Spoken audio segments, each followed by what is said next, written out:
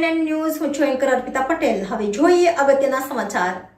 અયોધ્યા ખાતે ભગવાન શ્રી રામજી જન્મભૂમિ મંદિરના ભવ્ય પ્રાણ પ્રતિષ્ઠા મહોત્સવના પાવન અવસરે સમસ્ત સુરત જૈન સમાજ દ્વારા સુરત શહેરની પ્રજાજનોને શુદ્ધ ઘીના લાડુનું વિતરણ કરી મોં મીઠું કરાવવામાં આવ્યું।